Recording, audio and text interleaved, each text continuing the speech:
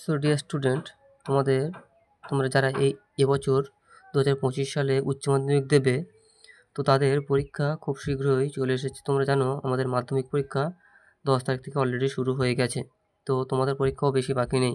তো তার কথা মাথায় রেখে আমি তোমাদের যে ডব্লিউবিটি টেস্ট পেপার আছে, সেই টেস্ট পেপারের যে এডুকেশন সাবজেক্টটা আছে, তো সেই এডুকেশন সাবজেক্টের 2 নম্বর দাগ থেকে যে কোশ্চেনগুলো আছে, 1 নম্বর দাগে সমস্ত এমসিকিউ আছে।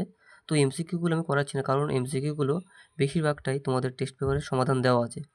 তো এসিকিউগুলো অনেকেরই অসুবিধা হবে আমি জানি। তো সেই কথা মাথায় রেখে আমি ডব্লিউবিটি টেস্ট পেপারের এসিকিউগুলো চটজলদি নিয়ে আসছি এবং পরপর দিতে থাকবো। তো তোমরা তাড়াতাড়ি চ্যানেলটাকে ভিজিট করো এবং সমস্ত ভিডিওগুলো তাড়াতাড়ি দেখে তোমাদের পরীক্ষার আগে পর্যন্ত তোমরা সবাই কভার করে নাও। তো বেশি কথা না বাড়িয়ে চলো শুরু করা যাক। তো তোমরা দেখো, এই যে ডিস্ট্রিক্ট অনুযায়ী যে টেস্ট পেপারের ভাগটা আছে, তো প্রথমে দেখো 1 নম্বরে আছে দেখো কলকাতা ডিস্ট্রিক্ট কোশ্চেন। তো এই কলকাতা ডিস্ট্রিক্ট কোশ্চেনের এই যে এমসিকিউগুলো দেখতে পাচ্ছ, তো এই এমসিকিউগুলো আমি আর সমাধান করছি না। তো এবারে এই যে দেখো 2-এর দাগে ভালো করে দেখো, এই যে 2-এর দাগের যে এসিকিউগুলো আছে, আমি জানি এগুলো অনেকেরই সমস্যা হবে। তো সেই জন্যই আমি এই এসিকিউগুলোর প্রত্যেকটা এসিকিউর উত্তরগুলো যথাযথভাবে আমি নিয়ে এসেছি। তো চলো শুরু করা যাক। তো ফার্স্ট কোশ্চেন দেখো কী আছে, দেখো প্রথম কোশ্চেনটি আছে দেখো। তো প্রথম কোশ্চেন দেখো, কম্পিউটারের জনক কাকে বলা হয়? তো কম্পিউটারের জনক কাকে বলা? তো স্টুডেন্ট, আমি সেই কোশ্চেনগুলো প্রতিটা আমি এই A4 পেজে তুলে নিয়েছি। তো দেখো প্রথম কোশ্চেন যেটা ছিল ভালো করে দেখো, কম্পিউটারের জনক কাকে বলা হয়? তো কম্পিউটারের জনক কাকে বলা হয়? চার্লস ব্যাবেজ হলেন কি কম্পিউটারের জনক। দ্বিতীয় কোশ্চেন দেখো, পশ্চিমবঙ্গে আইআইটি প্রতিষ্ঠানটি কোথায় অবস্থিত? পশ্চিমবঙ্গের খড়গপুরে আইআইটি প্রতিষ্ঠানটি অবস্থিত। অথবা দিয়ে তারপরে যে অথবা দিয়ে 2-এর দাগের অথবা দিয়ে কোশ্চেনটা আছে দেখো, সিসিটিভি এর পুরো নাম কি? সিতে কি ক্লোজড, সিতে কি সার্কিট, আর টি আর ভিতে কি হয় টেলিভিশন। সুতরাং ক্লোজড সার্কিট টেলিভিশন। আর টিই এর পুরো নাম কি বা পুরো কথাটি কি? তাহলে আরতে কি রাইট, টিতে টু, ইতে এডুকেশন, রাইট টু এডুকেশন। ঠিক তার নেক্সট কোশ্চেন দেখো, কর্মের জন্য শিক্ষা বলতে কি বোঝো? কর্মের মাধ্যমে বা কাজ করার মাধ্যমে যে শিক্ষা লাভ করা যায় তাকে কি বলে? কর্মের জন্য শিক্ষা বলে। তারপর নেক্সট কোশ্চেন দেখো, মূক ও বধির কাদের বলা হয়? মূক ও বধির কাদের বলা হয়? যেসব শিশুরা কি কথা বলতে ও শুনতে পারে না, অর্থাৎ কি যারা কথা বলতে এবং শুনতে দুটোই পারে না একসাথে, সেই সব শিশুদেরকে আমরা কি বলবো? মূক ও বধির শিশু বলবো। তো তারপরের কোশ্চেনটা দেখো, পশ্চিমবঙ্গে একটি মুক্ত বিশ্ববিদ্যালয়ের নাম কি? পশ্চিমবঙ্গে একটি মুক্ত বিশ্ববিদ্যালয়ের নাম হলো কি নেতাজি সুভাষ মুক্ত বিশ্ববিদ্যালয়। তারপর 6-এর দাগের অথবা দিয়ে দেখো, ডায়েট DIET শিক্ষার কোন স্তরের সঙ্গে যুক্ত? নাকি ডায়েট প্রাইমারি শিক্ষা স্তরের সঙ্গে যুক্ত। তারপরে কোশ্চেনটা দেখো, OBC এর পুরো কথা কি? তাহলে OBC এর পুরো কথা কি? ওতে আদার, বিতে ব্যাকওয়ার্ড, সিতে ক্লাসেস, আদার ব্যাকওয়ার্ড ক্লাসেস। তারপরে দেখো অথবা দিয়ে আছে দেখো, অনুন্নত শ্রেণীকে কটি জাতিতে ভাগ করা যায় ও কি কি? তাহলে দেখো অনুন্নত, ভালো করে দেখো, অনুন্নত শ্রেণীকে 2টি জাতিতে ভাগ করা যায়। একটা হচ্ছে কি SC বা তপশিলি জাতি, আরেকটা হচ্ছে কি ST বা তপশিলি জনজাতি। তারপরে কোশ্চেনটা দেখো, নবোদয় বিদ্যালয়ে শিক্ষার্থীদের কোন শ্রেণী পর্যন্ত শিক্ষা গ্রহণ করতে হতে পারে? তাহলে নবোদয় বিদ্যালয়ের শিক্ষার্থী কোন শ্রেণী পর্যন্ত শিক্ষা গ্রহণ করতে পারে? 6ষ্ঠ থেকে দ্বাদশ শ্রেণী পর্যন্ত শিক্ষা তারা কি গ্রহণ করতে পারে। তারপর দেখো, CRC এর উদ্দেশ্য কি? CRC এর উদ্দেশ্য কি? শিক্ষার্থীর শিক্ষা জীবনের সঙ্গে জড়িত সমস্ত ঘটনাসমূহ সংগ্রহ করে রাখাই হলো কি CRC এর উদ্দেশ্য। তারপরে দেখো, বিদ্যালয়ে মনীষীদের জীবনী পাঠ করে কোন কমিশন সুপারিশ করেন? সোজা কথা, কোন কমিশন সুপারিশ করেন? মুদালিয়ার কমিশন বা মাধ্যমিক শিক্ষা কমিশন কি এটা সুপারিশ করেন। তারপরে দেখো অথবা দিয়ে আছে, রাধাকৃষ্ণন কমিশনের সম্পাদকের নাম কি? তাহলে রাধাকৃষ্ণন এই কোশ্চেনটা কিন্তু সবাই গুলিয়ে দেবে। এখানে দেনে সম্পাদক বলেছে। অনেকে কী করবে জানো, অনেকেই কোশ্চেনটা হচ্ছে কি তোমার ধরো হচ্ছে কি ডক্টর সর্বপল্লী রাধাকৃষ্ণন দিয়ে চলে আসবে, না, এটা পুরো ভুল হয়ে যাবে।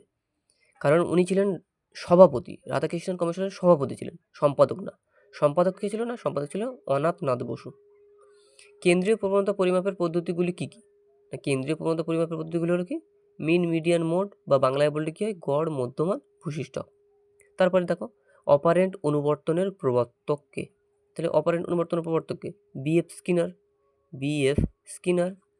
তারপরে দেখো রেসপন্ডেন্ট বলতে কি বোঝো? রেসপন্ডেন্ট কি? কোনো নির্দিষ্ট উদ্দীপকের দ্বারা নির্দিষ্ট প্রতিক্রিয়া দেওয়াকে রেসপন্ডেন্ট বলা হয়। ব্রেইল লেখা হয় কয়টি বিন্দুর মাধ্যমে? ব্রেইল লেখা হয় 6টি বিন্দুর মাধ্যমে। তারপরে কোশ্চেনটা দেখো, প্রতিবন্ধী শিশুদের শিক্ষার প্রধান উদ্দেশ্য কী? তাহলে প্রতিবন্ধী শিশুদের শিক্ষার প্রধান উদ্দেশ্য কী? স্বাভাবিক শিশুদের মতো তাদের মধ্যে যে সুপ্ত সম্ভাবনাগুলি আছে সেগুলিকে খুঁজে বের করা কি প্রতিবন্ধী শিশুদের শিক্ষার প্রধান উদ্দেশ্য।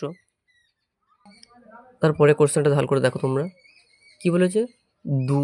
4, 2, 4, 5, 9, 4, 3 স্কোরগুলির ভূশিষ্ঠক নির্ণয় করো। তো ভূশিষ্ঠ নির্ণয় করার নিয়মটা কি বলো তো? এখানে যেমন আমি ছোট থেকে বড় সংখ্যাগুলোকে সাজিয়েছিলাম, বাট তোমরা না সাজালেও হবে, কোনো অসুবিধা নেই, না সাজিয়েও করা যাবে। দেখো ভূশিষ্ঠক নির্ণয় বার করার নিয়ম হচ্ছে মেন কি বলো তো, যে সংখ্যাগুলো দেখো বারবার রিপিট হয়েছে, রিপিটেড নাম্বার, রিপিটেড সংখ্যা বা পুনরাবৃত্তি হয়েছে যে সংখ্যাটা, দেখো তো এখানে কোন সংখ্যাটা সবথেকে বেশিবার রিপিট আছে? দেখো তো 4টা 3বার রিপিট আছে না? তাহলে এই অঙ্কের ক্ষেত্রে 4টা হয়ে যাবে কি বলো তো, ভূশিষ্ঠক। তারপরে কোশ্চেনটা দেখো 8, 5, 6, 12, 19, 8, 12, 10 বলেছে রাশিটির গড় কত? কি বলেছে? রাশিটির গড় বার করতে বলেছে।